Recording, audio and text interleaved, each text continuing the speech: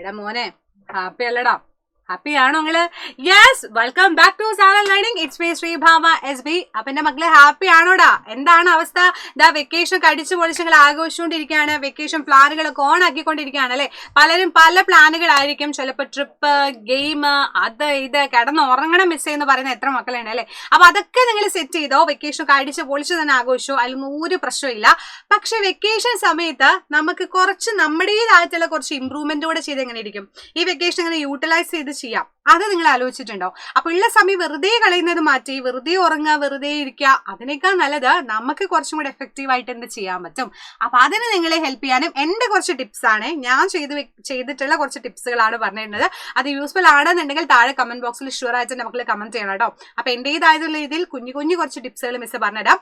അപ്പൊ ഈ വെക്കേഷന് കുറച്ച് ദിവസം എക്സ്ട്രാ നിങ്ങൾക്ക് കിട്ടിയല്ലോ. ശരിക്കും പറഞ്ഞാൽ 12 ദിവസം നിങ്ങൾക്ക് വെക്കേഷൻ ആയിട്ട് ഏകദേശം കിട്ടിയിട്ടുണ്ട്. അങ്ങനെയാണെങ്കിൽ ഫസ്റ്റ് ചെയ്യേണ്ട പരിപാടി എന്താണെന്നറിയോ? ഹെൽത്ത് ഈസ് വെൽത്ത് അല്ലേ? ഹെൽത്ത് ആണല്ലോ വെൽത്ത്. അപ്പൊ നിങ്ങൾ എന്ത് ചെയ്യുക? ഹെൽത്തിന് വേണ്ടിയിട്ട് കുറച്ച് സമയം മാറ്റി വയ്ക്കുക. നന്നായിട്ട് ഫുഡ് കഴിക്കുക, നന്നായിട്ട് റെസ്റ്റ് എടുക്കുക, കിടന്നുറങ്ങുക, നന്നായിട്ട് വെള്ളം കുടിക്കുക. പിന്നെ കുട്ടി എക്സസൈസ് നിങ്ങളുടെ പ്രായത്തിനനുസരിച്ചുള്ള കുഞ്ഞത് മതി, വലുതൊന്നും വേണ്ട. പറ്റുന്ന രീതിയിലുള്ള കുഞ്ഞു കാര്യങ്ങളൊക്കെ ചെയ്ത് ബോഡി ഒന്ന് സെറ്റ് ചെയ്തിട്ട് എടുക്കാം. കാരണം നമ്മുടെ ഹെൽത്ത് എന്ന് പറയുന്നത് നമ്മുടെ കയ്യിലിരിക്കണം. അല്ലാന്നുണ്ടെങ്കിൽ നമ്മൾ എന്ത് ചെയ്തിട്ടും കാര്യമില്ല. അപ്പൊ ആദ്യം തന്നെ നമ്മുടെ ഹെൽത്ത് ആണ് ഇമ്പോർട്ടൻറ്റ്. അപ്പൊ അതിനനുസരിച്ച് നിങ്ങൾ എന്ത് ചെയ്യുക? ഫുൾ റെസ്റ്റ് ഒക്കെ എടുത്ത് ബോഡിക്ക് വേണ്ട എല്ലാ കാര്യങ്ങളും സെറ്റ് ചെയ്യാം. പിന്നെ ചെയ്യേണ്ട രണ്ടാമത്തെ കാര്യം പറഞ്ഞത്, നിങ്ങൾ കുറച്ച് ഗെയിംസ് ഒക്കെ കളിക്കാൻ ഇഷ്ടമുള്ള മക്കളാണെങ്കിൽ ഔട്ട്ഡോർ ഗെയിംസുകൾ പ്രിഫർ ചെയ്യുക കേട്ടോ. അപ്പൊ വെറുതെ ഇന്ന് മൊബൈലിൽ ഇരുന്നിട്ട് അത് ഇത് കളിച്ചിട്ട് സമയം കഴിഞ്ഞിട്ട് കാര്യമില്ല.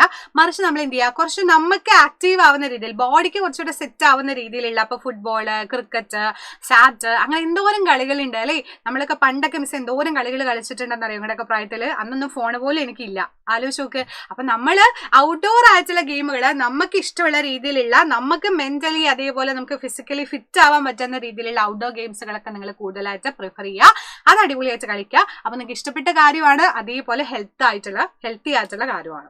പിന്നെ ചെയ്യേണ്ട കാര്യം പറയുന്നത്, എല്ലാവർക്കും ചെയ്യാൻ പറ്റിയ കാര്യമാണ് കുറച്ച് ബുക്കുകളൊക്കെ റീഡ് ചെയ്യുന്ന ഒരു ഹാബിറ്റ് ഉണ്ടാക്കിയെടുക്കാം. എന്താന്ന് വെച്ചാൽ നമ്മൾ വെറുതെ ടെക്സ്റ്റ് ബുക്ക് മാത്രം പഠിച്ചിട്ട് കാര്യമില്ല. നമുക്ക് ഒരുപാട് കാര്യങ്ങൾ വേറെ അറിയണം. ലാംഗ്വേജ് നമുക്ക് സ്കില്ല് വേണം. അതുപോലെ നമ്മുടേതായിട്ടുള്ള കുറെ മൈൻഡും കാര്യങ്ങളും നമ്മുടെ നോളജും കാര്യങ്ങളൊക്കെ നല്ല രീതിയിൽ നമ്മുടെ ഡെവലപ്പ് ചെയ്യണം. അപ്പൊ അതിന് വേണ്ടിയിട്ടാണ് ബുക്ക് റീഡിങ്. അത് വെറുതെ ടെക്സ്റ്റ് മാത്രമല്ല കേട്ടോ, നമ്മുടെ നോവൽസ്, ഷോർട്ട് സ്റ്റോറീസ്, പോയംസ്, അങ്ങനെ നിങ്ങൾക്ക് ഇഷ്ടമുള്ള എന്ത് കാര്യവും നിങ്ങൾക്ക് എന്ത് ചെയ്യാം, ഇതേപോലെ കുട്ടി സമയം എടുത്തിട്ടൊന്ന് വായിക്കാൻ വേണ്ടിയിട്ട് ശ്രമിക്കുക.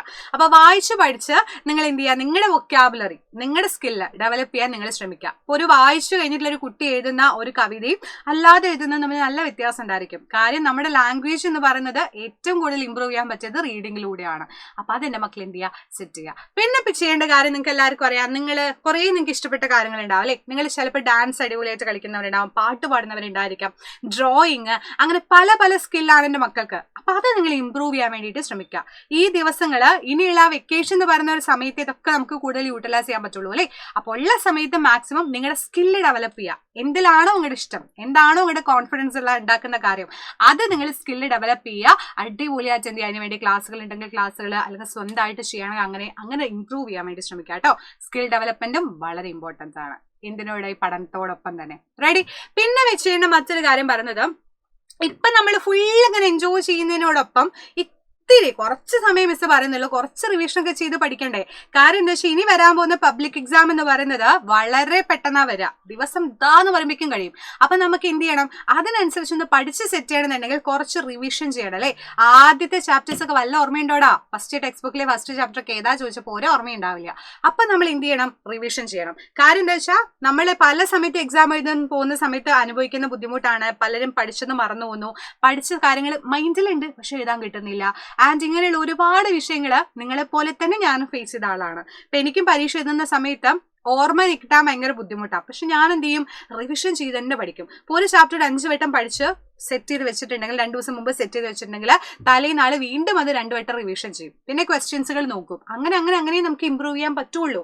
കാരണം നമ്മൾ മനുഷ്യന്മാരാണ്, നമ്മൾ മറക്കും, സ്വാഭാവികമായിട്ടുള്ള കാര്യമാണ്. അപ്പൊ അവിടെ നമുക്ക് നമ്മുടേതായിട്ടുള്ള രീതിയിൽ എന്ത് ചെയ്ത് സെറ്റ് ചെയ്യാൻ പറ്റും എന്നുള്ളതാണ് നിങ്ങൾ ചെയ്യേണ്ട കാര്യം. അപ്പൊ അതിന് അടിപൊളിയായിട്ടുള്ള കാര്യം പറഞ്ഞാൽ റിവിഷൻ മാത്രമാണ്. അപ്പൊ റിവിഷൻ ചെയ്യാൻ ഇപ്പോൾ ഒരാളുടെ സഹായം വേണം. ഒറ്റയ്ക്ക് ചെയ്യാൻ പറ്റുന്നില്ല എന്നുണ്ടെങ്കിൽ അത് വിഷമിക്കേണ്ട. ആദ്യത്തെ ചാപ്റ്റേഴ്സ് ഒക്കെ ഇനി എവിടുന്ന് കിട്ടാനാ മിസ് ചെയ്യുന്ന ആലോചിക്കുകയാണെങ്കിൽ വിഷമിക്കേണ്ടടാ. അടിപൊളിയാച്ചാൽ നിങ്ങൾക്ക് എന്തുണ്ട്? വജ്ര എൻഡ് ഗെയിം ബാച്ച് ഉണ്ട്. അതെന്താണെന്ന് വെച്ച് കഴിഞ്ഞാൽ കംപ്ലീറ്റ് റിവിഷൻ ബാച്ച് ആണ്. അതും ഓൺലൈനായിട്ട് എൻ്റെ മക്കൾക്ക് വീട്ടിലിരുന്നുകൊണ്ട് തന്നെ നിങ്ങളുടെ ഇഷ്ടപ്പെട്ട എല്ലാ ടീച്ചേഴ്സിൻ്റെയും ക്ലാസ് കാണാൻ വേണ്ടി പറ്റും. അപ്പോൾ അതിൽ ഇപ്പോൾ ഓഫറും കൂടി ഉണ്ട്. ക്രിസ്മസും ന്യൂ ഇയറും പ്രമാണിച്ച് അടിപൊളിയായിട്ടുള്ള 15% ഓഫ് നിങ്ങൾക്കുണ്ട്. വെറും 1275 റുപ്പീസിന് അടിപൊളിയായിട്ട് നിങ്ങൾക്ക് എന്ത് ചെയ്യാം, നമ്മുടെ പൃഥ്വി ബാച്ചിൽ നമ്മുടെ വജ്ര ബാച്ചിൽ ജോയിൻ ചെയ്യാൻ പറ്റും. അതും end game batch complete revision ആണ്. സോ അടിപൊളിയായിട്ട് എൻ്റെ മക്കൾ എന്ത് ചെയ്യുക, അതിൽ കൂടെ ജോയിൻ ചെയ്യാൻ വേണ്ടി ശ്രമിക്കുക. അതിൽ ജോയിൻ ചെയ്താൽ കുറച്ച് സർപ്രൈസ് ആയിട്ടുള്ള കാര്യങ്ങളുണ്ട്. അതെന്താണെന്നുള്ളത് മിസ് ജസ്റ്റ് ഒന്ന് പറഞ്ഞുതരാം. നിങ്ങൾ ഈ 31-ാം തീയതിക്ക് മുമ്പാണ് പർച്ചേസ് ചെയ്യുന്നതെന്നുണ്ടെങ്കിൽ അതിൽ സെലക്ട് ചെയ്യുന്ന 5 പേർക്ക് സ്മാർട്ട് വാച്ചുകൾ ഗിഫ്റ്റ് ആയിട്ട് കൊടുക്കുന്ന ഒരു ഗീവ് എവേയും കൂടെ നമ്മൾ നടത്തുന്നുണ്ട്. അപ്പം നിങ്ങൾ 31-ാം തീയതി എന്നുള്ള സമയത്തിന് മുമ്പേ തന്നെ ജോയിൻ ചെയ്താൽ അടിപൊളിയായിട്ടുള്ള ഒരു വാച്ചും ചിലപ്പോൾ നിങ്ങൾക്ക് ലക്കി ആയിട്ട്, നിങ്ങൾ ലക്കി ആണെന്നുണ്ടെങ്കിൽ നിങ്ങൾക്ക് കിട്ടും, വിന്നർ ആണെങ്കിൽ നിങ്ങൾക്ക് കിട്ടും, അതുപോലെ നമ്മുടെ ബാച്ചും കിട്ടും. അപ്പൊ അടിപൊളിയായിട്ടുള്ള കാര്യമില്ലടാ. സോ എല്ലാ മക്കളും അടിച്ചു പൊളിച്ച് തന്നെ വെക്കേഷൻ എൻജോയ് ചെയ്യുക. കുറച്ച് കാര്യങ്ങൾ നിങ്ങളുടേതായിട്ടുള്ള രീതിയിൽ ചെയ്യുക. ഇതുപോലൊരു ടിപ്പ് നിങ്ങളുടെ കയ്യിൽ ഉണ്ടെങ്കിൽ ഷുവർ ആയിട്ടും കമന്റ് ബോക്സിൽ കമന്റ് ചെയ്യണം. നിങ്ങളുടെ വെറൈറ്റി ആയിട്ടുള്ള ടിപ്സുകൾ ഞാനും നോക്കിയിരിക്കുകയാണ്. So thank you so much. Happy vacation, happy enjoy ചെയ്യുക. And thank you so much. Bye by.